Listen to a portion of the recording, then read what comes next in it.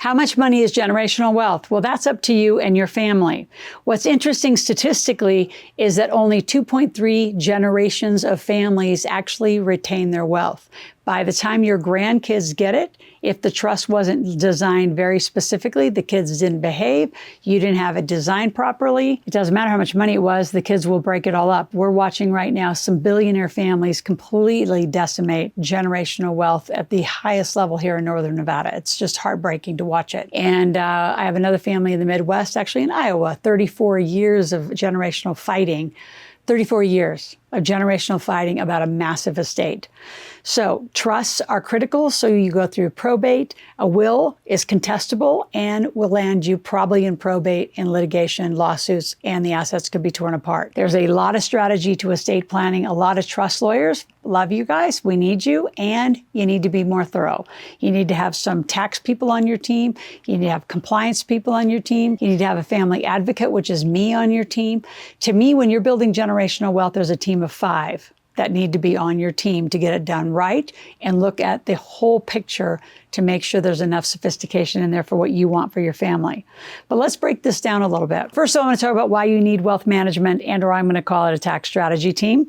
Traditional wealth management teams are going to take fees, commissions, and still not teach you anything. I think that you need a me on your team. I'm going to be about your knowledge, your education, you owning this plan instead of saying, yeah, I had it set up. I'm not quite sure what my lawyer did to me. I get that excuse a lot. It's heartbreaking. And then the next thing is why becoming accredited on your journey to building wealth is critical. How you can invest when you're an accredited investor is just, I must say, it's mandatory because you can invest in all the alternatives. You have a lot of limitation in great investment strategies if you don't get past that accreditation mark. And then the last thing I want to talk about is private banking and investing for generational wealth.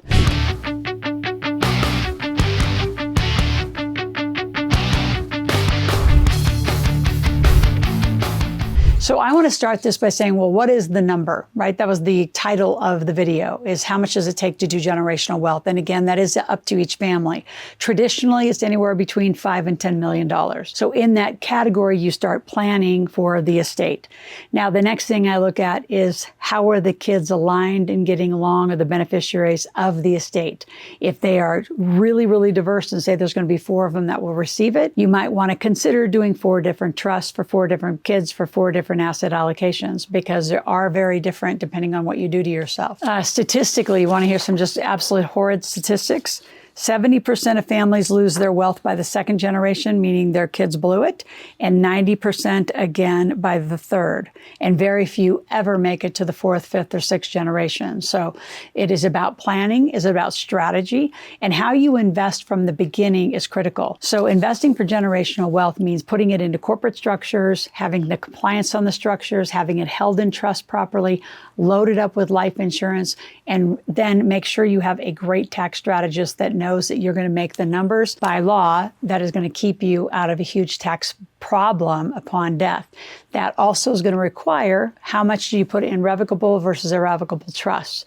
So there's a whole formula list. The more net worth, typically the more trusts you have. I know families that have 2 trusts. I know families that have 5 trusts. I know one family's got 8 trusts, depending on how they want and what they want for their kids. So why do you need wealth management? Well, to me, you need knowledge. You have got to really be committed. And wealth management, in my conversation, is about you learning with an advocate, educator, teacher like me. And then I will help you put a tax team around you, a compliance team, making sure the I's are dotted, T's are crossed, an actual trust team, a trust lawyer who's going to walk this all through, your tax strategist, absolutely critical, and the right kind of life insurance. All that is required, I think, to be in the wealth management. Why is it necessary? Because you need all 5. I call it the Power 5 Generational Wealth Plan. And in the link below, I did a 3-day event called Gen W. And we have always, it's just great ongoing, I'm going to say special on the product, because it's 3 days of us teaching what does it take to build generational wealth. So grab a copy of that in the link below. It's all been digitized so you can see it, take it home, and start understanding that conversation. Now, why is accreditation so critical? Because you can invest in almost anything. So in some parts of the world, it's called a qualified investor. In Canada, you only have to make $75,000 to be a qualified investor. That's not enough. Accredited means you make $200,000 as an individual for the last 2 years or more, or $350 as a couple, or you're just a millionaire. And I'm talking net worth millionaires. So when I say I'm here to help you become a millionaire, we're talking net worth. We're talking assets minus liability is your net worth. So accreditation allows you to buy gas and oil, aviation, mineral water rights, different kind of real estate syndication projects, just more sophisticated projects. They could be as much as like RV parks. You could do that in storage units, cannabis businesses.